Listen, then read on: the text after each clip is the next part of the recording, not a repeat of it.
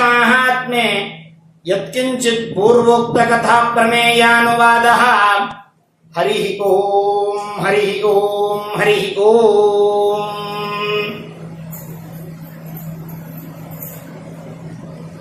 ಪರಮಾತ್ಮ ಜಗದೊಡೆಯ ಅನಂತ ಕಲ್ಯಾಣ ಗುಣ ಪರಿಪೂರ್ಣನಾದ ಭಗವಂತನ ಮಹಿಮೆಯನ್ನು ತಿಳಿಸುವುದಕ್ಕಾಗಿ ಅನೇಕ ಪುರಾಣಗಳಲ್ಲಿ ಅಡಗಿರುವ ಚರಿತ್ರೆಯನ್ನು ತಿಳಿಸುತ್ತಾ ಭವಿಷ್ಯೋತ್ತರ ಪುರಾಣಾಂತರ್ಗತವಾದ ಶ್ರೀನಿವಾಸ ಕಲ್ಯಾಣವನ್ನು ಸೂತಾಚಾರ್ಯರು ಶೌನಕರನ್ನು ಕುರಿತು ಹೇಳುವಂತಹ ಪ್ರಸಂಗ. ಅದರಲ್ಲಿ ಜನಕ ಮಹಾರಾಜನಿಗೆ ಭಗವಂತ ಕಷ್ಟವನ್ನು ದುಃಖಂ ಪ್ರದರ್ಶಯಾಮಾಸ, ದುಃಖವನ್ನು ತಾನು ತೋರಿಸ್ತಾ ಇದ್ದಾನೆ. ಆಗ ಆ ದುಃಖವನ್ನು ತೋರಿಸುವಂತಹ ಪ್ರಸಂಗ ಅಲ್ಲಿ ಬರತಕ್ಕಂತಹದ್ದಾಗ್ತಾ ಇದೆ.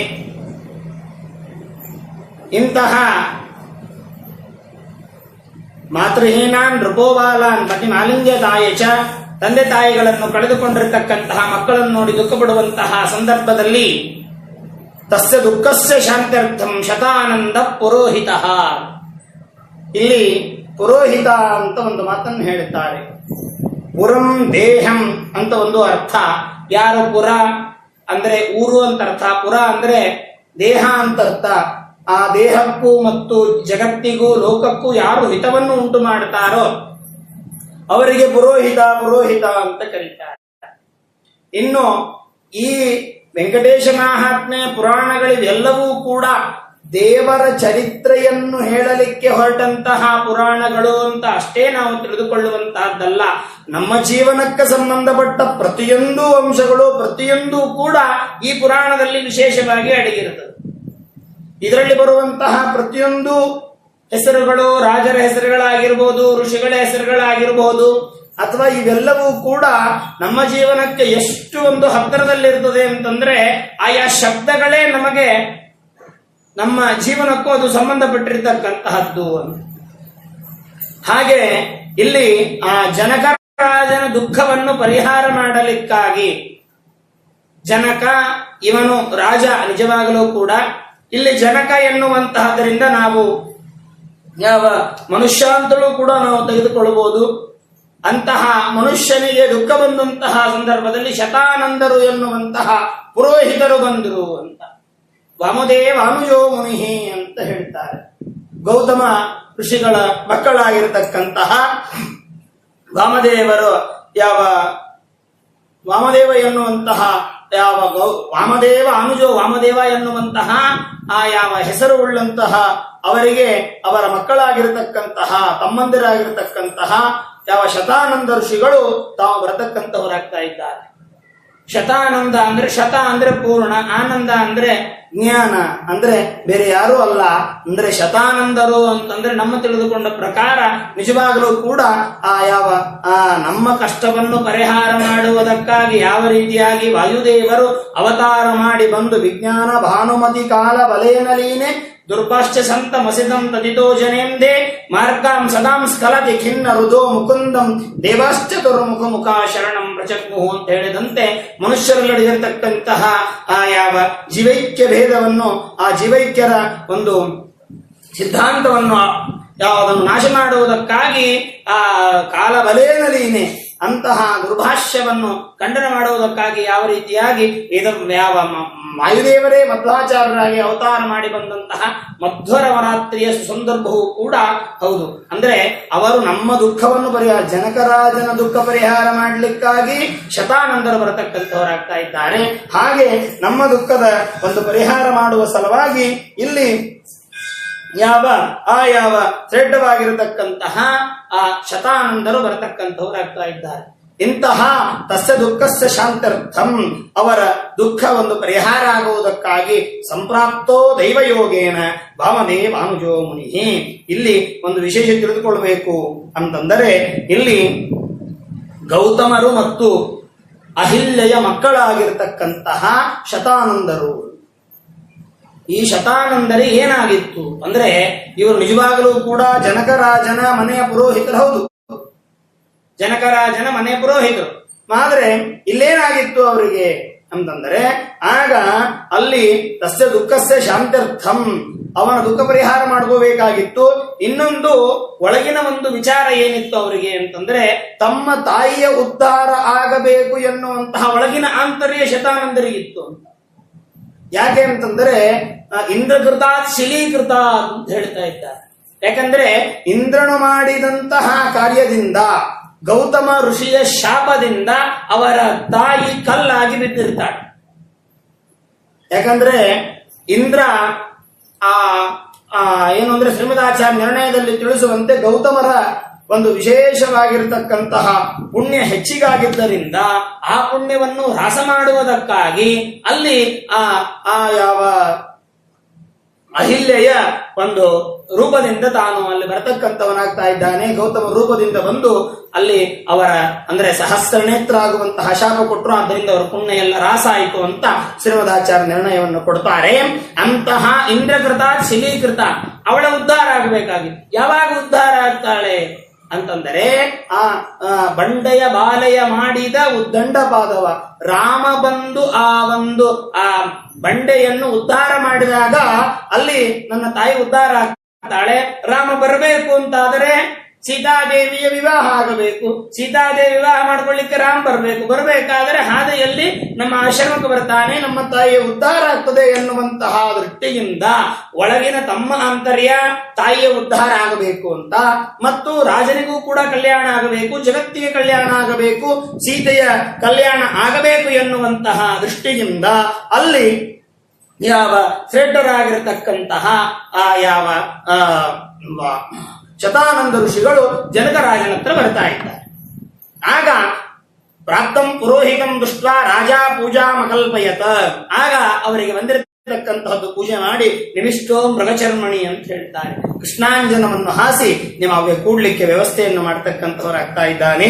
ತತ ಕಾಲೋಚಿತಂ ವಾಕ್ಯಂ ಕಥಯಾಮಾಸ ಗೌತಮಂ, ಆಗ ಅಲ್ಲಿ ಕಾಲೋಚಿತವಾಗಿರ್ತಕ್ಕಂತಹ ಮಾತನ್ನು ಆಡ್ತಾ ಇದ್ದಾರೆ. ಜನಕ ಉವಾಚ ಶತಾನಂದ ಮಹಾಪ್ರಾಜ್ಞ ಕಾಗತಿ ಸ್ಯಾದೋ ಮಮ, ಆಗ ಹೇಳ್ತಾರೆ ಶತಾನಂದರೇ, ನಾನು ಏನ್ ಮಾಡ್ಲಿ, ನಾನು ವೃದ್ಧನಾಗಿದ್ದೇನೆ, ನನ್ನ ಮಕ್ಕಳಾದರೂ ಅತ್ಯಂತ ಶೈಶವ, ಅವರಿಂದ ಸಣ್ಣವರಾಗಿದ್ದಾರೆ, ಏನು ಕನ್ಯಾನಾಂಚ ಪರಾಭಾವ ಬಂದೋ ಮಹಾಮುನಿ, ನನಗೆ ಬಂಧುಗಳು ಅಂತ ಯಾರೂ ಇಲ್ಲ, ಮತ್ತು ಕನ್ಯೆಯರಿಗೆ ವರ ಸಿಗುವಂತಹದ್ದು ಸಮಸ್ಯೆ ಆಗ್ತಕ್ಕಂತಹದ್ದಾಗಿದೆ. ಭಾವ ಶತ್ರುವಶ್ಚಂತಿ ರಾವಣ ಇಂದ್ರಜಿತಾವಯ, ನಾನಾದರೂ ಮುದುಕ ಆಗಿದ್ದಾನೆ, ರಾವಣ ಇಂದ್ರಜಿತ ಮೊದಲಾಗಿರ್ತಕ್ಕಂತಹ ಅನೇಕ ದುಷ್ಟ ಜನ ರಾಕ್ಷಸರೆಲ್ಲರೂ ಕೂಡ ಆಗ್ತಕ್ಕಂಥವರಾಗ್ತಾ ಇದ್ದಾರೆ. ದಿವಾನಕ್ತಂ ಸಮಾಯಾತಿ ರಾವಣಕ್ಕೇನು ಹೇತುನ, ರಾವಣ ಯಾವ ಕಾಲದಲ್ಲಿ ಹಗಲಲ್ಲಾಗಿಯೋ ರಾತ್ರಿಯಲ್ಲಾಗಲಿ ಯಾವಾಗ ಬರ್ತಾನೆ ಹೇಳಲಿಕ್ಕೆ ಬರುವುದಿಲ್ಲ.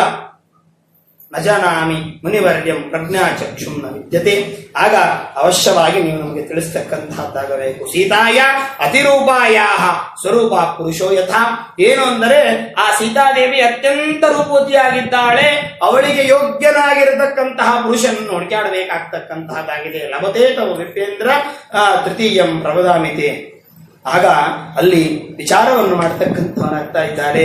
ಏನು ಅಂದ್ರೆ ನನ್ನ ಒಂದು ಸಂಕಲ್ಪ ಇದೆ, ಏನು ಅಂದ್ರೆ ನನ್ನ ಮಗಳು ಮತ್ತು ನನ್ನ ತಮ್ಮನ ಮಕ್ಕಳು 3 ಜನ 4 ಜನರು ಒಬ್ಬ ರಾಜನ ಸೊಸೆಯಾಗೆ ಹೋಗಬೇಕು.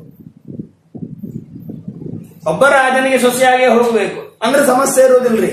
ಇಲ್ಲದೇ ಇದ್ರೆ ಏನಾಗ್ಬಿಡ್ತದೆ, ಒಬ್ರೊಬ್ಬರು ಒಂದೊಂದು ಊರಿಗೆ ಕೊಟ್ಬಿಟ್ರೆ ದೀಪಾವಳಿ ಯಾರ ಊರಿಗೆ ಹೋಗ್ಬೇಕು ಸಮಸ್ಯೆ ಆಗ್ತದೆ. ಯಾಕಂದ್ರೆ ಹಬ್ಬಿರೋದೇ ಒಂದೇ ಇರ್ತದ, ಅವ್ರು ಆ ಕಡೆ ಕರೀತಾರೆ, ಇವ್ರ ಈ ಕಡೆ ಕರೀತಾರೆ, ಎಲ್ಲಾರು ಬರೋದು ಕಿರಿಕಿರಿನೇ ಬೇಡ. ಅದಕ್ಕೆ ಒಬ್ಬನೇ ರಾಜನ ಮನೆಗೆ ಕೊಟ್ಟು ಬಿಟ್ರೆ ಎಲ್ಲಾರು ಒಂದೇ ಕಡೆ ಇದ್ದು ಬಿಡ್ತಾರೆ, ಯಾವುದೂ ಸಮಸ್ಯೆಗಳು ಬರುವುದೇ ಇಲ್ಲ ಅಂತ ಹೇಳಿ ತಾನು ವಿಚಾರ ಮಾಡಿ ಆಗ ಏನ್ ಮಾಡ್ತಾನೆ, ಏಕ ದೇಶಾಧಿಪಸ್ಯ ಶುಷ್ಣ ಓದಿತಿ, ಒಬ್ಬ ರಾಜನ ಸೊಸೆಯಂದರಾಗಿ ಎಲ್ಲರೂ ಇರಬೇಕು ಎನ್ನುವಂತಹ ನನ್ನ ಇಚ್ಛೆ ಆಗ್ತಕ್ಕಂಥದ್ದಾಗಿದೆ. ಅದಕ್ಕೆ ಏನಾದರೂ ಉಪಾಯವನ್ನಿದ್ರೆ ಅವಶ್ಯವಾಗಿ ಹೇಳಬೇಕು ಅಂತ ಕೇಳಿದಾಗ ಅವಶ್ಯವಾಗಿ ಹೇಳ್ತೇನೆ. ಶತಾನಂದರು ಹೇಳ್ತಾ ಇದ್ದಾರೆ, ನೋಡಪ್ಪ, ಅಸ್ತಿ ಕಚ್ಚಿತ್ ವಿಶೇಷೋಸ್ಮಿನ್ ಭೂಲೋಕೆ ಭೂಮಿಪಾಲಕ, ಈ ಭೂಮಿಯಲ್ಲಿ ಬಂದಿರತಕ್ಕಂತಹ ಭೂಮಿಪಾಲಕ, ಇದಕ್ಕೊಂದು ವಿಶೇಷ ಇದೆ. ದ್ವೈತಸ್ತವ ಕಲ್ಯಾಣ ಸುಖದಂ ಶತ್ರುನಾಶನಂ, ದ್ವೈತಸ್ತವ ಕಲ್ಯಾಣ ಸುಖದಂ ಶತ್ರುನಾಶನಂ, ಶತ್ರುನಾಶನವಾಗಿರತಕ್ಕಂತಹ ಒಂದು ವಿಶೇಷವನ್ನು ನಿನಗಾಗಿ ಹೇಳ್ತೇನೆ. ವೈಕುಂಠಗಿರಿ ಮಾಹಾತ್ಮ್ಯಂ ಸಭವಿಷ್ಯಂ ಸಹೋತ್ತರಂ ಯತ್ ಕಲೋ ಕೀರ್ತನಂ ಪುಣ್ಯಂ ಸರ್ವ ದುಃಖಹರಂ ಶುಭಂ. ಆಗ ಅಲ್ಲಿ ಹೇಳ್ತಾರೆ ವೆಂಕಟಗಿರಿ ಮಹಾತ್ಮ್ಯಂ ಭವಿಷ್ಯೋತ್ತರ ಪುರಾಣದಿಂದ ಕೂಡಿರ್ತಕ್ಕಂತಹ ಮುಂದಿನ ಭವಿಷ್ಯವನ್ನು ಹೇಳುವಂತಹ ಈ ಒಂದು ವೆಂಕಟೇಶ ಮಹಾತ್ಮೆ ಏನಿದೆ, ಕಲೋತತ್ ಕೀರ್ತನಂ ಪುಣ್ಯಂ, ಅದನ್ನು ಕಲಿಯುಗದಲ್ಲಿ ಯಾರು ಕೀರ್ತನೆ ಮಾಡುತ್ತಾರೋ ಸರ್ವ ದುಃಖಹರಂ ಶುಭಂ, ಆಗ ಅವರ ದುಃಖವೆಲ್ಲವೂ ಕೂಡ ಪರಿಹಾರ ಆಗ್ತಕ್ಕಂತಹದ್ದಾಗ್ತದೆ, ಅದರಲ್ಲಿ ಯಾವ ಸಂದೇಹವಿಲ್ಲ ಅಂತ ಹೇಳ್ತಾ ಇದ್ದಾರೆ. ಧನ ಕಾಮಸ್ಯ ಧನದಂ, ಪುತ್ರ ಕಾಮಸ್ಯ ಪುತ್ರದಂ, ರೋಗಾರ್ಥಾನಾಂ ರೋಗಹರಂ, ಜ್ಞಾನಿನಾಂ ಜ್ಞಾನ ಸಾಧನಂ.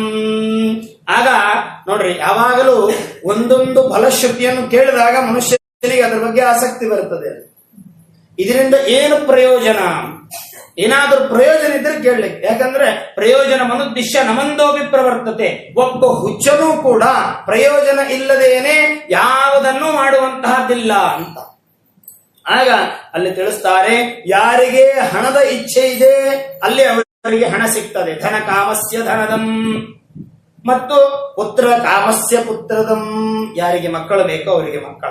ರೋಗಾರ್ಥಾನಾಂ ರೋಗಹರಂ, ಯಾರಿಗೆ ರೋಗಿಗಳು ರೋಗದಿಂದ ಬಳಲ್ತಾ ಇರ್ತಾರೋ ಅವರ ರೋಗ ಪರಿಹಾರ ಆಗ್ತದೆ.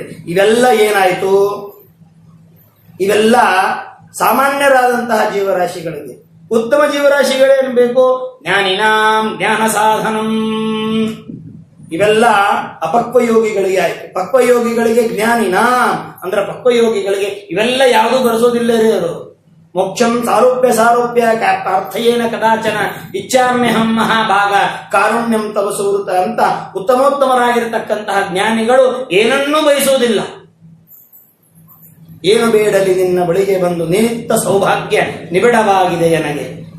ಏನು ಬೇಡಲಿ ನಿನ್ನ ಬಳಿಗೆ ಬಂದು, ಏನು ಬೇಡಲಿ ಅಂತ ಹೇಳಿ ದಾಸರಾಯರು ಕೇಳಿದಂತೆ ಏನು ಬೇಡೋದಿಲ್ಲ, ನಿನ್ನ ಕಾರುಣ್ಯ ಹೊಂದಿದ್ರೆ ಸಾಕು ಅಂತವರಿಗೆ ಜ್ಞಾನಿನಾಂ ಜ್ಞಾನ ಸಾಧನಂ, ಜ್ಞಾನಿಗಳಿಗೆ ಜ್ಞಾನವನ್ನು ಕೊಡತಕ್ಕಂತಹ ಜ್ಞಾನ ಸಾಧನವನ್ನು ಅಲ್ಲಿ ಕೊಡತಕ್ಕಂತಹವರಾಗ್ತಾ ಇದ್ದಾರೆ. ಯಚ್ಛ್ರುತ್ವಾ ಸರ್ವಲೋಕೇಶು ಬ್ರಹ್ಮ ಬ್ರಹ್ಮಪದಂಗತಃ, ಯಾವ ವೆಂಕಟೇಶ ಮಹಾತ್ಮೆಯನ್ನು ಕೇಳಿ ಬ್ರಹ್ಮ ತನ್ನ ಪದವಿಯನ್ನು ತಾನು ಹೊಂದಿದ. ನೀಲಕಂಠ ಇತಿ ಶ್ರುತ್ವಾ ನಿರ್ವಿಷಂ ಸುಖಮಪ್ತವಾನ್. ಆಗ ಆ ಒಂದು ವಿಷದ ಬಾಧೆಯಾಗಿರ್ತಕ್ಕಂತಹ ಸಂದರ್ಭದಲ್ಲಿ ನೀಲಕಂಠರಾದ ರುದ್ರದೇವರು ಈ ಒಂದು ವೆಂಕಟೇಶ ಮಹಾತ್ಮೆಯಿಂದ ಅದರ ದುಃಖವನ್ನು ತಾವು ಪರಿಹಾರ ಮಾಡಿಕೊಳ್ತಕ್ಕಂಥವರಾಗ್ತಾರೆ. ಇಂದ್ರ ತಾನು ಸ್ವರ್ಗಾಧಿಪತ್ಯವನ್ನು ತಾನು ಪಡಿತಕ್ಕಂಥವನಾಗ್ತಾ ಇದ್ದಾನೆ. ಮತ್ತು ಅಷ್ಟದಿಕ್ಪಾಲಕರು ತಮ್ಮ ತಮ್ಮ ಲೋಕವನ್ನು ಇದರ ಒಂದು ಶ್ರವಣದಿಂದ ತಾವು ಪಡಿತಕ್ಕಂಥವರಾಗ್ತಾ ಇದ್ದಾರೆ. ಅದಕ್ಕಾಗಿ ಜನಕರಾಜ ಇತ್ಯುಕ್ತೋ, ಜನಕರಾಜ ಹೇಳ್ತಾ ಇದ್ದಾನೆ, ಪದ ವೆಂಕಟೇಶ ಮಹಾತ್ಮ್ಯಂ ಕಲೋ ಯಚ್ಚರಿತಂ ಕಥ. ವೆಂಕಟೇಶ ಮಹಾತ್ಮೆ ಅವಶ್ಯವಾಗಿ ನಮಗೆ ತಿಳಿಸಿಕೊಡ್ರಿ ಅಂತ ಹೇಳಿ ಅಂತ. ಆಗ ಶತಾನಂದರು ಅಲ್ಲಿ ತಿಳಿಸ್ತಾ ಇದ್ದಾರೆ, ನೋಡಪ್ಪ ಅವಶ್ಯವಾಗಿ ಹೇಳ್ತೇನೆ. ಯಾಕೆಂದ್ರೆ ಈ ಒಂದು ವೆಂಕಟಗಿರಿ ಮಹಾತ್ಮೆ ಅತ್ಯಂತ ಶ್ರೇಷ್ಠವಾಗಿರತಕ್ಕಂತಹದ್ದಾಗಿದೆ. ಇದರ ವಿಚಾರವನ್ನು ನಿಮಗೆ ವಿಸ್ತಾರ ಮಾಡಿ ತಿಳಿಸಿಕೊಡ್ತೇನೆ ಅಂತ ಹೇಳಿ ಆಗ ಶತಾನಂದರು ಹೇಳ್ತಾ ಇದ್ದಾರೆ, ಕೃತೆ ವೃಷಭಾದ್ರಿಂ ವಕ್ಷತಿ ತ್ರೇತಾಯಾಮ್ ಅಂಜನಾಚಲಂ ದ್ವಾಪರೇ ಶೇಷಶೈಲೇತಿ ಕಲೌ ಶ್ರೀ ವೆಂಕಟಾಚಲಂ. ಆಗ ಒಂದು ಹೇಳ್ತಾರೆ, ಏನ್ ಹೇಳ್ತಾರೆ ಅಂತಂದರೆ, ಈ ಒಂದು ಯಾವ ಒಂದು ಪರ್ವತಕ್ಕೆ ನಾಮಾನಿ ಯುಗಭೇದೇನ ಶೈಲಸ್ಯ ಸ ಭವಂತಿ. ಒಂದು ಪರ್ವತಕ್ಕೆ ಯುಗಗಳ ಭೇದಕ್ಕನುಗುಣವಾಗಿ ಅನೇಕ ಹೆಸರುಗಳು ಚೇಂಜ್ ಆಗ್ತದೆ. ನಾವು ತಿಳಿದುಕೊಂಡಿರ್ತೀವಿ, ಒಬ್ರಿಗೆ ಒಂದೆರಡು ಅಥವಾ ಎರಡು ಹೆಸರು ಇಟ್ಟಿರ್ತಾರೆ. ಏನೋ ಅಡ್ಡ ತಿಡ್ಡ ಕರೆದ್ರು 3 ಹೆಸರು ಇಟ್ಟಿರ್ತಾರೆ, ಅಷ್ಟು ಮಾತ್ರ ನಮಗೆ ಗುರುತು. ಅದಕ್ಕಿಂತ ಹೆಚ್ಚು ಹೆಸರುಗಳು ಏನೂ ಇರ್ಲಿಕ್ಕಿಲ್ಲ. ಏನೋ ಮನ್ಯಾಗ ಒಂದು ಕರೀತಾರೋ ಅಡ್ಡ ಹೆಸರು, ಶಾಲೆಯಾಗ ಒಂದೇನೋ ಹೆಸರು ಹಚ್ಚಿರ್ತಾರೋ, ಹಿಂಗ 1-2 ಹೆಸರುಗಳ್ರಿ. ಆದರೆ ಇದು ಯಾವುದೇ ವಿಧವಾಗಿರತಕ್ಕಂತಹ ಮನುಷ್ಯರಿಗಲ್ಲ, ಪ್ರಾಣಿಗಳಿಗಲ್ಲ, ಜೀವರಿಗಲ್ಲ, ಜಡಕ್ಕೆ ಅಂದರೆ ಪರ್ವತಕ್ಕೆ 4 ಹೆಸರುಗಳು ಬರ್ತದೆ. ಒಂದೊಂದು ಯುಗದಲ್ಲಿ ಒಂದೊಂದು ಹೆಸರುಗಳು ಬರ್ತದೆ ಅಂತ ಹೇಳ್ತಾ ಇದ್ದಾರೆ. ನಾಮಾನಿ ಯುಗಭೇದೇನ ಶೈಲಸ್ಯಾಹಿ ಭವಂತಿ. ಈ ಒಂದು ಪರ್ವತಕ್ಕೆ ಯುಗಭೇದದಿಂದ ಇದಕ್ಕೆ ಹೆಸರುಗಳು ವ್ಯತ್ಯಾಸ ಆಗ್ತದೆ ಇದೆ ಅಂತ ಅಲ್ಲಿ ಹೇಳ್ತಾ ಇದ್ದಾರೆ. ಆಗ ಜನಕ ಉವಾಚ, ಅವನಿಗೆ ಆಶ್ಚರ್ಯ ಆಯಿತು ಜನಕರಾಜನು. ಏನಿದು, ಒಂದು ಪರ್ವತಕ್ಕೆ 4 ಯುಗಗಳಲ್ಲಿ 4 ಬೇರೆ ಬೇರೆಯಾದಂತಹ ಹೆಸರುಗಳು, ಏನೋ ಹೊಸದೇ ಹೇಳ್ತಾ ಇದ್ದೀರಲ್ಲ ನೀವು. ಅದಕ್ಕಾಗಿ ಕೃತಯುಗದಲ್ಲಿ ವೃಷಭಾದ್ರಿ ಎನ್ನುವಂತಹ ಹೆಸರು ಇದಕ್ಕೆ ಹೇಗೆ ಬಂತು ಅದನ್ನು ವಿಸ್ತಾರ ಮಾಡಿ ಹೇಳಬೇಕು ಅಂತ ಕೇಳಿದಾಗ ಅಲ್ಲಿ ಅವಶ್ಯವಾಗಿ ಹೇಳ್ತಾ ಇದ್ದಾರೆ. ಪುರಾತು ವೃಷಭೋ ನಾಮ ರಾಕ್ಷಸ ರುಕ್ಷ ಕರ್ಮಕೃತ. ಹಿಂದೆ ವೃಷಭ ಎನ್ನುವಂತಹ ಒಬ್ಬ ರಾಕ್ಷಸನಿದ್ದ. ಅವನು ಅತ್ಯಂತ ಒಂದು ದೃಷ್ಟಿಯಿಂದ ನೋಡ್ಲಿಕ್ಕಂದ್ರೆ ಭಕ್ತನೂ ಹೌದು, ಮತ್ತು ಶತ್ರುವೂ ಹೌದು, ದುಷ್ಟನೂ ಹೌದು, ಮತ್ತು ದ್ವೇಷ ಮಾಡುವವನು ಹೌದು, ಎಲ್ಲನೂ ಹೌದು. ವೃಕ್ಷ ಕರ್ಮಕೃತ ಆಕ್ರಮ್ಯ ಶೇಷಶೈಲಂ ತು ತಾಪಯಾಮ್ಯಾಚ್ಯ ಬಾಂಧವಾತ್ ತೇನ ಸಂಪೃಷ್ಟ ತಪಸಃ ಸದ್ವೈರ್ಯಂ ಶರಣಂ ಗತಾಃ. ಆಗ ಅವನೇನ್ ಮಾಡ್ತಾ ಇದ್ದ ಅಂತಂದ್ರೆ, ಆ ಪರ್ವತವನ್ನು ಆಶ್ರಯಿಸಿಕೊಂಡಿದ್ದ. ಆ ಶೇಷ ಪರ್ವತವನ್ನು ತಾನು ಆಶ್ರಯಿಸಿಕೊಂಡಿದ್ದು ಅಲ್ಲಿರ್ತಕ್ಕಂತಹ ಮುನಿಗಳಿಗೆ, ಋಷಿಗಳಿಗೆ, ತಪಸ್ವಿಗಳಿಗೆ ತೊಂದರೆ ಕೊಡದೆ ಅವನ ಸ್ವಭಾವ. ನೋಡ್ರಿ, ಇದು ಅವಾಗಿನಿಂದ ಇದ್ದದ್ದೇ. ಸಜ್ಜನರಿಗೆ ತೊಂದರೆ ಕೊಡುವಂಥವರು, ಮಾಡುವ ಜ್ಞಾನ ಕಾರ್ಯಗಳಿಗೆ ವಿಘ್ನ ತಂದು ಕೊಡತಕ್ಕಂಥವರು, ಮಾಡಬಾರದು ಅಂತೇಳಿ ತಡಿ ಹಿಡಿಯುವಂಥವರು, ಇದು ಈಗಿನಿಂದ ಬಂದಿದ್ದಲ್ರಿ. ಇದು ಏನೋ ಸತ್ಕಾರ್ಯ ನಡೀತಾ ಇರ್ತದೆ, ಯಾರನ್ನೋ ತಂದು ನಿಂದಿರಿಸಿ ಮಾಡಬಾರದು ಅಂತ ವಿಘ್ನ ಮಾಡಿಬಿಡುವಂತಹದ್ದು ಇದು ಈಗಿಂದಲ್ರಿ. ಇದು ಚತುರ್ಯುಗದಿಂದಲೂ ಬಂದಂತಹ ಸಂಪ್ರದಾಯನೇ ಇದು. ಕೃತಯುಗದಲ್ಲಿ, ಯಾವ ಯುಗದಲ್ಲಿ ಧರ್ಮನೇ ಪ್ರಧಾನವಾಗಿರ್ತಕ್ಕಂತಹ ಪರಮಾತ್ಮನ ಯುಗ ಅಂತರಿಸಿಕೊಂಡಿರ್ತಕ್ಕಂತಹ ಯುಗದಲ್ಲಿಯೂ ಕೂಡ ಇಂತಹ ರಾಕ್ಷಸ ಬಂದು ಸತ್ಕರ್ಮಗಳಿಗೆ ವಿಘ್ನವನ್ನುಂಟು ಮಾಡುತ್ತಾ ಇದೆ. ವೃಕ್ಷ ಕರ್ಮಕೃತ ತಾಪಸಾಂ ಸ ಅನ್ಯಭಾಯ. ಆಗ ಅವನ ಒಂದು ಭಯದಿಂದ ಎಲ್ಲರೂ ಕೂಡ ಅವನ ಉಪದ್ರವದಿಂದ ದುಃಖಿತರಾಗ್ತಕ್ಕಂಥವರಾಗಿ ಎಲ್ಲರೂ ಭಗವಂತನನ್ನು ತಾವು ಯಾವ ಶರಣ ಹೊಂದತಕ್ಕಂಥವರಾಗ್ತಾ ಇದ್ದಾರೆ. ಆಗ ಅಲ್ಲಿ ಭಗವಂತನನ್ನು ಸ್ತೋತ್ರ ಮಾಡ್ತಾ ಇದ್ದಾರೆ. ಭಗವಾನ್ ಅರವಿಂದಾಕ್ಷ ವೃಷಭೋ ನಾಮ ರಾಕ್ಷಸ ಅಭಾವಯತ್ ಸದಾ ಕ್ರೂರ ತಪೋಭಂಗಕರ ಖಲಃ. ಅವನು ಇದ್ದಾನೆ, ನಮ್ಮ ತಪಸ್ಸಿಗೂ ಭಂಗ ಮಾಡುತ್ತಾನೆ, ಕ್ರೂರ ಮತ್ತು ಎಲ್ಲರಿಗೂ ಕೂಡ ತೊಂದರೆಯನ್ನುಂಟು ಮಾಡ್ತಾ ಇದ್ದಾನೆ. ಅದಕ್ಕಾಗಿ ಭಗವಂತ ದಯವಿಟ್ಟು ನಮ್ಮನ್ನು ರಕ್ಷಣೆ ಮಾಡತಕ್ಕಂತಹದ್ದ. ಏನಾಗಿತ್ತು ಅಂದ್ರೆ, ಅಲ್ಲಿ ಒಂದು ಸಮಸ್ಯೆ ಏನಾಗ್ಬಿಟ್ಟಿತ್ತು ಅಂದ್ರೆ, ಬೆಳಗಿನ ಜಾವದಲ್ಲಿ ಅವನ ಕರ್ಮ ನೋಡಿಬಿಟ್ರೆ ಬಹಳ ವಿಚಿತ್ರ.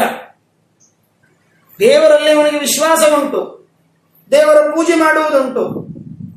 ನರಸಿಂಹಾತ್ಮಿಕಾಂ ದಿವ್ಯಾಂ ಸುಕರಾಳ ಅಧೋಮುಖ ನಿತ್ಯಮಾರಾಧಯೇತ್ತೇವಂ ಇತಿ ನಿಶ್ಚಿತ ರಾಕ್ಷಸ. ಅವನು ಒಂದು ವಿಶೇಷ ಪೂಜೆ ಮಾಡ್ತಾ ಇದ್ದ. ಮುಂಜಾಲ ಹೊತ್ತಿನಲ್ಲಿ ನೋಡಿದರೆ ಅವನಷ್ಟು ಮಡಿವಂತರು, ಅವನಷ್ಟು ಶುದ್ಧ ಆಚರಣಸ್ಥರು ಬೇರೆ ಯಾರಿಲ್ಲ.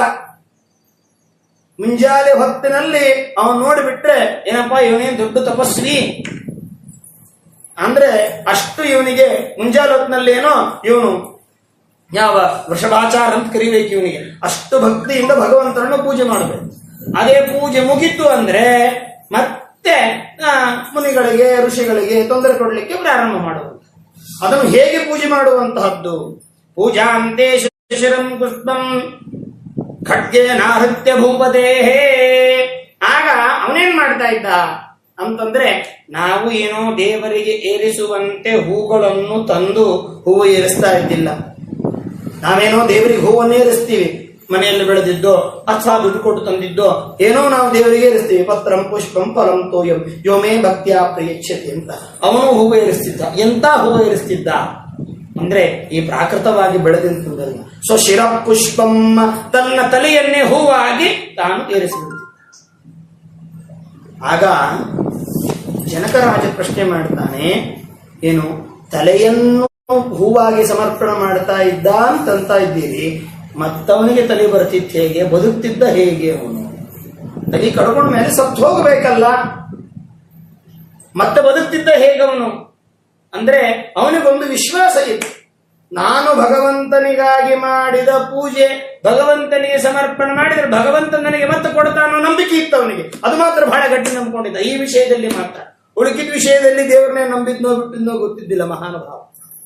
ಭಗವಂತನನ್ನು ನಾನು ಭಗವಂತನಿಗೆ ಏನು ಕೊಡ್ತೇನೆ ಅದು ಭಗವಂತ ನನಗೆ ಹಿಂತಿರುಗಿ ಕೊಡ್ತಾನೆ ಅಂತ ಗ್ಯಾರಂಟಿ ಆಗ್ಬಿಟ್ಟಿತ್ತು ಅವನಿಗೆ. ಅಷ್ಟು ಮಾತ್ರ ಭಗವಂತನ ಮೇಲೆ ಭಕ್ತಿ ಮಾಡಿದ್ದ. ರಾಕ್ಷಸ ಅವನು, ಆದ್ರೂ ಕೂಡ ಭಕ್ತಿ ಮಾಡುತ್ತಾ ಇದ್ದ. ತಪಸಿ ಭಕ್ತಿ ಬಿಡ್ರಿ, ತಾಮಸಿ ಭಕ್ತಿ ಅದು, ಆದ್ರೂ ಕೂಡ ಭಕ್ತಿ ಮಾಡಿದ್ದ. ಅಂತಹ ಯಾವ ಅವನು ರುಂಡವನ್ನು ಕತ್ತರಿಸಿಕೊಂಡು ಆ ರುಂಡ ಕೈಯಲ್ಲಿ ಬರುವಷ್ಟರಲ್ಲಿ ಇನ್ನೊಂದು ರುಂಡ ಅವನಿಗೆ ಬರ್ತದೆ. ಹೀಗೆ ಏವಂ 5,000 ವರ್ಷಾಣಿ ವಿಗತಾನಿ ಚ 5,000 ವರ್ಷಗಳ ಕಾಲ ಹೀಗೆ ತಾನು ಮಾಡ್ತಾ ಇದ್ದ. ಶಿಲಾಂತರ್ಯಾಮಿ ಭಗವಾನ್ ಶ್ರೀನಿವಾಸ ಸತಂಗತಿ. ಆಗ ಈ ರೀತಿಯಾಗಿ ದೇವರು ಬರಬೇಕು ಅಂತ ಈ ರೀತಿಯಾಗಿ ತಪಸ್ಸನ್ನು ಮಾಡುವಂತವರು ಇರ್ತಾರೆ. ನೋಡಿದಂತೆ ಯಾವ್ಯಾವ ರೀತಿಯೋ ತಪಸ್ಸನ್ನು ಮಾಡ್ತಾ ಇದ್ದಾರೆ. ಹಿರಣ್ಯಕಶಿಪುನು ಅವನು ಅದ್ಭುತ ತಪಸ್ಸನ್ನು ಮಾಡಿದ್ದು. ಊರ್ಧ್ವಭಾಗು ನಭೋ ದೃಷ್ಟಿ ಪಾದಾಂಗುಷ್ಟಾಶ್ರಿತಾವನಿ ಅಂತ ಅವನು ತಪಸ್ಸನ್ನು ಮಾಡಿದರೆ, ಇವನು ಕೂಡ 5,000 ವರ್ಷಗಳ ಕಾಲ ದೇವರನ್ನು ಕಾಣಬೇಕು ಅಂತ ಸ್ವಶಿರ ಪುಷ್ಪವನ್ನು ದಿವಸ ದೇವರಿಗೆ ಏರಿಸಬೇಕು. ದಿವಸ ಬೆಳಗಿನ ಜಾವದಲ್ಲಿ ಅಷ್ಟು ಮಾಡುವಂತಹ ಇವನಿಗೆ ಅದೊಂದು ಸಾತ್ವಿಕ ಗುಣ ಏನೋ ಇತ್ತು, ಪೂಜೆ ಮಾಡಬೇಕು. ಇದರಿಂದ ಭಗವಂತ ಇವನಿಗೆ ದರ್ಶನ ಕೊಡಬೇಕು ಅಂತ ಹೇಳಿ ಆಗ ಅವನ ಮುಂದೆ ಬಂದು ತಾನು ನಿಲ್ತಕ್ಕಂಥವನಾಗ್ತಾ ಇದ್ದಾನೆ. ಅಲ್ಲಿ ಬಂದು ನಿಲ್ತಾ ಇದ್ದಾನೆ. ಕೇಶವಾನಂದ ಗೋವಿಂದ ಶ್ರೀನಿವಾಸ ಸುರೋತ್ತಮ ನಚ ಮೌಗ್ಯಂ ನಚ ಪಾರಮೇಷ್ಟಪದಂ ಹರೇ. ಆಗ ದೇವರು ಎದುರಿಗೆ ಬಂದು ನಿಂತ. ಬಹಳ ಸಂತೋಷ ಆಯಿತು. ಸಂತೋಷ ಆದ ಮೇಲೆ ಕೇಶವಾನಂದ ಗೋವಿಂದ ಶ್ರೀನಿವಾಸ ಸುರೋತ್ತಮ ನಚ ಮೋಕ್ಷಂ ನಚ ಸ್ವರ್ಗ್ಯಂ ಪಾರಮೇಷ್ಟ ಪದಂ ಹರೇ. ನನಗೆ ಮೋಕ್ಷ ಬೇಡ, ನನಗೆ ಸ್ವರ್ಗ ಬೇಡ, ಪಾರಮೇಷ್ಟ ಪದ ಬೇಡ, ಬ್ರಹ್ಮದೇವರ ಪದವಿ ಬೇಡ. ದೇವರನ್ನ ನಾನೇನು ಕೊಡ್ಲಿಕ್ಕೆ ನಿಂತೀನಿ? ನಾನು ಕೊಡ್ಲಿಕ್ಕೆ ನಿಂತಿಲ್ಲ, ನೀನೇ ಬೇಡ ಅಂತ ಇದ್ದಿ, ಬಿಡು, ಏನ್ ಬೇಕು ಕೇಳು ನಿನಗೆ ಅಂತ ಹೇಳಿ. ಯಾಕಂದ್ರೆ ಇವೆಲ್ಲ ಹಂಗೆ ಇರ್ತಾವ್ರಿ. ಯಾವಾಗ ತಪಸ್ಸರಿ ಮಾಡಿದ್ದು ಅಂದ್ರೆ ಯಾವಾಗ ಏನ್ ತಲೆ ಕೆಟ್ಟು ಬೇಡ್ಕೋತಾರೋ ಹೇಳಿಕ್ ಬರುವುದಿಲ್ಲ. ಪಾರಮೇಷ್ಟ ಬೇಡ, ಬಹಳ ಚಲೋ ಆಯ್ತು ನಡಿ, ಮತ್ತೇನ್ ಬೇಕು ಕೇಳು. ನಯಾಜೇತ ಜಗನ್ನಾಥ ಯುದ್ಧ ಭಿಕ್ಷಾಂಚ ದೇಹಿ. ಸ್ವಾಮಿ ಕೊಡುವುದಾದರೆ ಯುದ್ಧ ಭಿಕ್ಷೆಯನ್ನು ಕೊಡುವಂತ ದೇವರಂದ. ಇದೇನು ಹೊಸದಾಗಿ ಕೇಳಲಿಕ್ಕೆ ಶುರು ಮಾಡಿ. ಎಲ್ಲರೂ ಅಜರಾಮರರಾಗಬೇಕು, ನನಗೆ ಮರಣವೇ ಇರಬಾರದು, ನನಗದು ಬೇಕು ಇದು ಬೇಕು ಅಂತ ಇಷ್ಟು ದೃಷ್ಟಿಟ್ಕೊಂಡು ಕುತ್ಕೊಂಡಿರ್ತಾರೆ. ನೀನೇನು ಯುದ್ಧ ಭಿಕ್ಷೆ ಕೇಳ್ತಾ ಇದ್ದೀಯಲ್ಲ. ಆಗ ದಶಾವತಾರ ವಿಭವೇ ಶತಸ್ತೆ ವಿಕ್ರಮೋ ವಿಭು.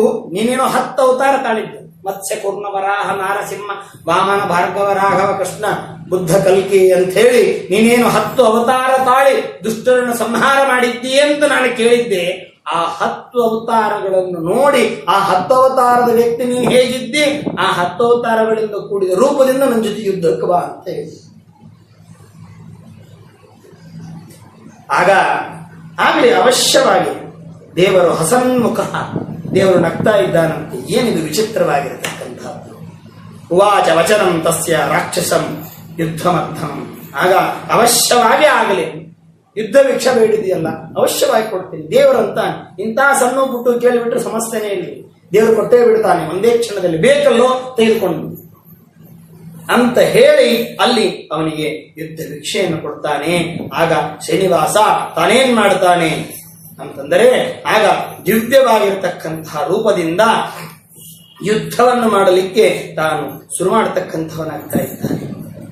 ಆಗ ವಿಸ್ತೃತಾಕೃತಿ, ಆಗ ನೀನು ನನ್ನ ವಿರಾಟ ರೂಪವನ್ನು ಅಂದ್ರೆ ಸ್ಥೂಲವಾದಂತಹ ರೂಪದಿಂದ ಯುದ್ಧಾಡಬೇಕು ಅಂತಿದ್ಯಲ್ಲ, ನೋಡಿದನ್ನ ಅಂತ ಹೇಳಿ ಆಗ ಅಲ್ಲೇನು ಮಾಡ್ತಾ ಇದ್ದಾನೆ ಅಂತಂದರೆ, ಆಗ ತಾನು ಯಾವ ವಿಶೇಷವಾಗಿರತಕ್ಕಂತಹ ವೃಷಭಾಸುರ ಅಲ್ಲಿ ಅವನ ಎದುರಿಗೆ ದೇವರು ತತ್ರ ವಾಸುದೇವಂ ವಿಶ್ವರೂಪಿಣಮವ್ಯಯಂ, ವಿಶ್ವರೂಪವನ್ನು ಸಹಸ್ರಭುಜ ಸಹಸ್ರಾಕ್ಷಂ ಸಹಸ್ರಾಯುಧ ಭೂಷಣಂ, ದೇವರು ವಿಶ್ವರೂಪವನ್ನು ತೋರಿಸಿ ಅವನ ಜೊತೆಗೆ ಯುದ್ಧ ಆಡಲಿಕ್ಕೆ ನಿಲ್ಲಿಸ್ತಾನೆ. ಜನ್ಮಯ ರಾಕ್ಷಸೋ ದೃಷ್ಟ ಪ್ರತ್ಯೇಕಂ ಗರುಡಂ ಪ್ರೇಮ.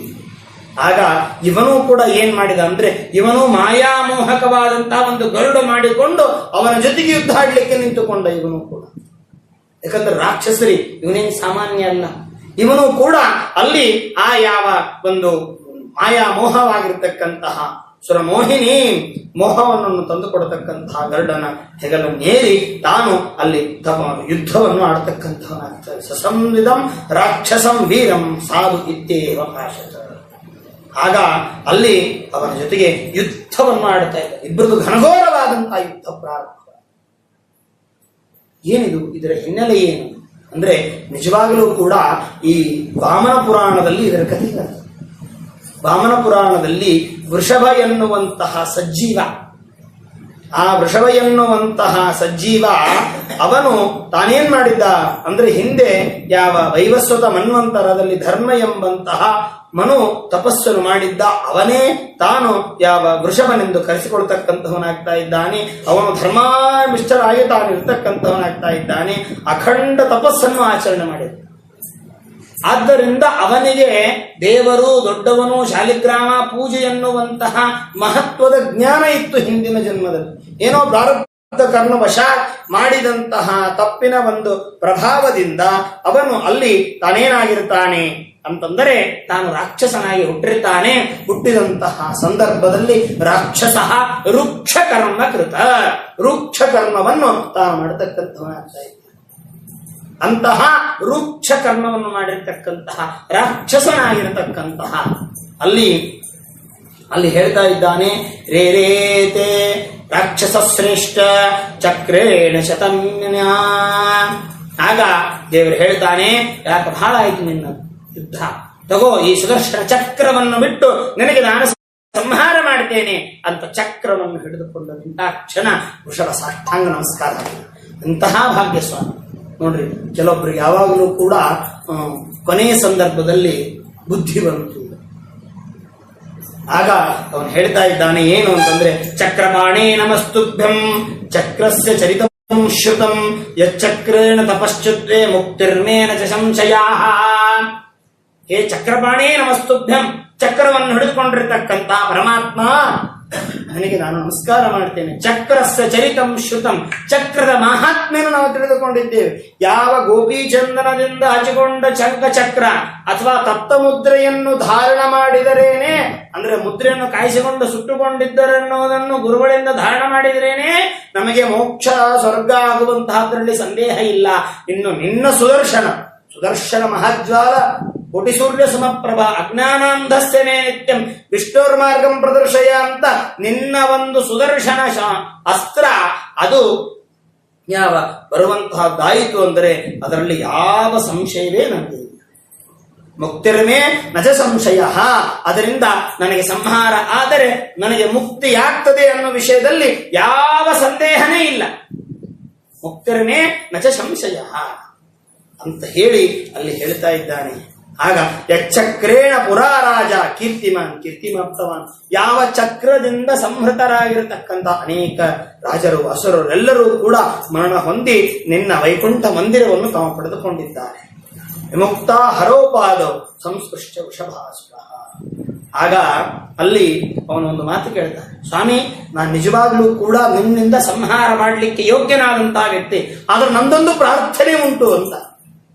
ಏನು ಪ್ರಾರ್ಥನೆ ನಿಂದು ಅಂದ್ರೆ, ಯಾವಾಗಲೂ ಕೂಡ ಯಾರು ಯುದ್ಧದಲ್ಲಿ ಗೆಲ್ತಾರೋ ಅವ್ರ ಹೆಸರೇ ಪ್ರಸಿದ್ಧಿ ಹೊಂದೋದು. ಯುದ್ಧದಲ್ಲಿ ಗೆದ್ದವರ ಹೆಸರೇ ಪ್ರಸಿದ್ಧಿ ಹೊರತು ಸೋತವರ ಹೆಸರು ಎಂದೂ ಕೂಡ ಪ್ರಸಿದ್ಧಿ ಆಗುವುದಿಲ್ಲ. ನಿಜವಾಗಲೂ ರಾಮ ಸೇತು ಅಂತ ಹೆಸರು, ರಾಮದೇವರು ಸೇತು ಕಟ್ಟಿ ರಾವಣನನ್ನು ಸಂಹಾರ ಮಾಡಿದ್ದಕ್ಕಾಗಿ ರಾಮ ಸೇತು ಕಟ್ಟಿದ್ಯಾರ ಸಲುವಾಗಿ? ರಾವಣನ ಸಲುವಾಗಿ. ರಾವಣ ಹತ್ರ ಹೋಗ್ಬೇಕು ಅನ್ನೋ ದೃಷ್ಟಿಯಿಂದ ಕಟ್ಟಿದ್ದಲ್ಲ ಅದು, ಅದಕ್ಕೆ ರಾವಣ ಸೇತು ಅಂತ ಹೆಸರು ಬಂತು? ಇಲ್ಲ, ಗೆದ್ದಂತವನು ರಾಮ, ಅದಕ್ಕಾಗಿ ರಾಮ ಸೇತು ಅಂತ ಹೆಸರು ಬಂತು. ಆದರೆ ಇಲ್ಲಿ ಹೇಳ್ತಾನೆ ಏನು ಅಂತಂದ್ರೆ, ಸ್ವಾಮಿ ಇದು ನನ್ನ ಒಂದು ಪ್ರಾರ್ಥನೆ ಏನು ಅಂದ್ರೆ, ನಿನ್ನ ಸಲುವಾಗಿ ನಾನೇನು ತಪಸ್ಸನ್ನು ಮಾಡಿ ನಿನ್ನಿಂದ ಮರಣ ಹೊಂದುತ್ತಾ ಇದ್ದೀನಲ್ಲ, ಅದಕ್ಕಾಗಿ ನೀನು ಸರ್ವೋತ್ತಮ, ಗೆದ್ದಂತಹ ನನ್ನ ಹೆಸರು ಬರಲಾರ್ದೆ ನನ್ನ ಹೆಸರು ಒಂದು ಪರ್ವತಕ್ಕಾದರೂ ಇಡಪ್ಪ, ಈ ಒಂದು ಗಿರಿಗೆ ನನ್ನ ಹೆಸರು ಇತಿಖ್ಯಾತ ಗಮಿಷ್ಠಪುರ, ಇದಕ್ಕೆ ನನ್ನ ಹೆಸರು ಬರಬೇಕು ಅಂತ ಒಂದು ಪ್ರಾರ್ಥನೆಯನ್ನು ಮಾಡಿಕೊಡ್ತೀನಿ ದೇವರಿಂದ, ಅವಶ್ಯವಾಗಲಿ ಅಂತ. ಇಡೀ ಜಗತ್ತೇ ನಂದಿರ್ಬೇಕಾದ್ರೆ 30-40 ಸೈಟ್ ನಿನ್ನ ಹೆಸರನ್ನ ಇಟ್ಕೋ ಅಂತಿದೆ.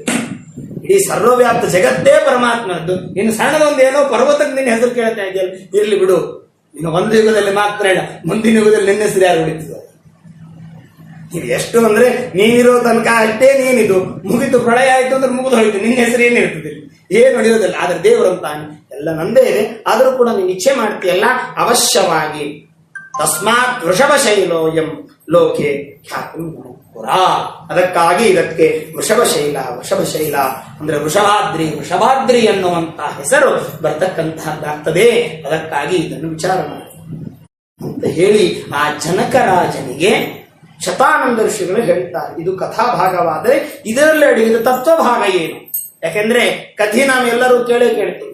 ಇದರಲ್ಲಿ ಅಡಗಿದ ತತ್ವಭಾಗ ಏನು ಅಂದ್ರೆ, ರಾಕ್ಷಸನಾಗಿದ್ದಂಥವನಿಗೆ ಭಗವಂತ ಅನುಗ್ರಹ ಮಾಡಿದ ಅಂದ ಮೇಲೆ ನಾವು ಅವನಷ್ಟಂತರೂ ರಾಕ್ಷಸರಲ್ಲ, ಅವನಷ್ಟಂತರೂ ವಿಘ್ನಕಾರಿಗಳಲ್ಲ. ಹೋಗಿ ಎದುರಿ ತಪಸ್ಸನ್ನು ಮಾಡುವವರಿಗೆ ಪ್ರತ್ಯಕ್ಷದಲ್ಲಂತರೂ ವಿಘ್ನ ಮಾಡುವ ಸ್ವಭಾವ ಅಲ್ಲ. ನಮಗೆ ಭಗವಂತ ಒಲಿಲಾರ್ದಿರ್ತಾನೇನ್ರಿ? ಒಲಿದೇ ಒಲಿತಾನೆ ಭಗವಂತ, ಅನುಗ್ರಹ ಮಾಡೇ ಮಾಡ್ತಾನೆ, ಅದರಲ್ಲಿ ಯಾವ ಸಂದೇಹ ಇಲ್ಲ. ತಿಮ್ಮಪ್ಪನ ಬೆಟ್ಟ ಇರಬೇಕಾದ್ರೆ, ದರ್ಶನಕ್ಕೆ ಹೋಗಬೇಕಾದ್ರೆ ವೃಷಭಾಸುರನ ಸ್ಮರಣೆ ಮಾಡಿಕೊಳ್ಬೇಕಂತ. ಏಕೆ? ಅವನು ದೇವರನ್ನು ಪಡಿಬೇಕಂತಾದ್ರೆ 5,000 ವರ್ಷ ತಪಸ್ಸನ್ನು ಮಾಡಿದ. ಅವಾಗ ದೇವರು ಅವನಿಗೆ ಅನುಗ್ರಹ ಮಾಡಿದ. ನಾವೇನು ಮಾಡ್ತಾ ಇದ್ದೀವಿ? ಸರಿಯಾಗಿ 5 ತಾಸು 50 ನಿಮಿಷ ದೇವರಿಗಾಗಿ ನಾವು ಇಡ್ಲಿಕ್ಕೆ ಸಿದ್ಧರಿಲ್ಲ. ಇವತ್ತಿನ ದಿವಸ ಅವನಂಗೆ 5,000 ವರ್ಷ ತಪಸ್ಸು ಮಾಡ್ಲಿಕ್ಕೆ ನಮಗಾಗ್ತದೋ? ಅದನ್ನು ನಾವು ಮಾಡ್ಕೋಬೇಕು. ಈ ಒಂದು ವೃಷಭಾಸುರನಿಂದ ಕಲಿತಂತಹ ತತ್ವಜ್ಞಾನ ಏನು? ಅವನು ಅಷ್ಟು ವರ್ಷ ತಪಸ್ಸನ್ನು ಮಾಡಿ ಭಗವಂತನನ್ನು ಒಲಿಸಿಕೊಂಡ. ನಾವೇನೋ ಮಾಡ್ಲಾರ್ದೆ ದೇವರು ನಮಗೆ ಅನುಗ್ರಹ ಮಾಡಬೇಕು ಅಂತ ನಾವು ಇಚ್ಛೆ ಮಾಡ್ತಾ ಇದ್ದೀವಲ್ಲ, ನಮಗದಾಗುವಂತಹದ್ದಲ್ಲ. ಸ್ವಾಮಿ ಅಂಥವನಿಗೂ ಅನುಗ್ರಹ ಮಾಡಿದಿ, ನನಗ್ಯಾಕೆ ಭಗವಂತ ಅನುಗ್ರಹ ಮಾಡೋದು ಬೇಡ ಅಂದ್ರೆ ಅವನಷ್ಟು ತಪಸ್ಸು ನಮ್ಮಲ್ಲಿ ಬೇಕು ಅಂತ ಅರ್ಥ. ಅವನಿಂದ ತಿಳಿದುಕೊಳ್ಬೇಕೇನು? ಅವನೆಷ್ಟು ತಪಸ್ಸನ್ನು ಮಾಡಿದ, ಎಷ್ಟು ತಾನು ಸಂಪೂರ್ಣವಾಗಿ ತಿಳಿದುಕೊಳ್ಳಲಿಕ್ಕೆ ಪ್ರಯತ್ನವನ್ನು ಮಾಡಿದ, ಅಂತಹದ್ದು ನಮಗೆ ಅವಶ್ಯವಾಗಿ ಬೇಕು ಅಂತ ಅಲ್ಲಿ ತಿಳಿಸ್ತಕ್ಕಂಥವರಾಗ್ತಾ ಇದ್ದಾರೆ. ಇದು ನಮಗೆ ಆ ವೃಷಭಾದ್ರಿಯ ಒಂದು ಪರ್ವತದಿಂದ ತಿಳಿದುಕೊಳ್ಳಬೇಕಾದಂಥ ತತ್ವಜ್ಞಾನ. ದೇವರ ಬೆಟ್ಟ ಏರುವಾಗ ನಾವಿದನ್ನು ಸ್ಮರಣೆ ಮಾಡಬೇಕು. ಭಗವಂತ, ನೀನು ಇಂತಹ ಹೆಸರುಳ್ಳಂತಹ ಪರ್ವತದಲ್ಲಿ ನೀನು ವಾಸನಾಗಿದ್ದಿ. ಅವನು ವೃಕ್ಷಕರ್ಮ ಮಾಡಿದರೂ ಕೂಡ ಅವನಿಗೆ ನೀನು ಅನುಗ್ರಹ ಮಾಡಿದಿ. ಏನು ತಪ್ಪು ಮಾಡಿದರೂ ಕೂಡ ನೀನು ಕ್ಷಮಿಸಿ ನನ್ನ ಉದ್ಧಾರ ಮಾಡುವುದಿಲ್ಲ ಸ್ವಾಮಿ.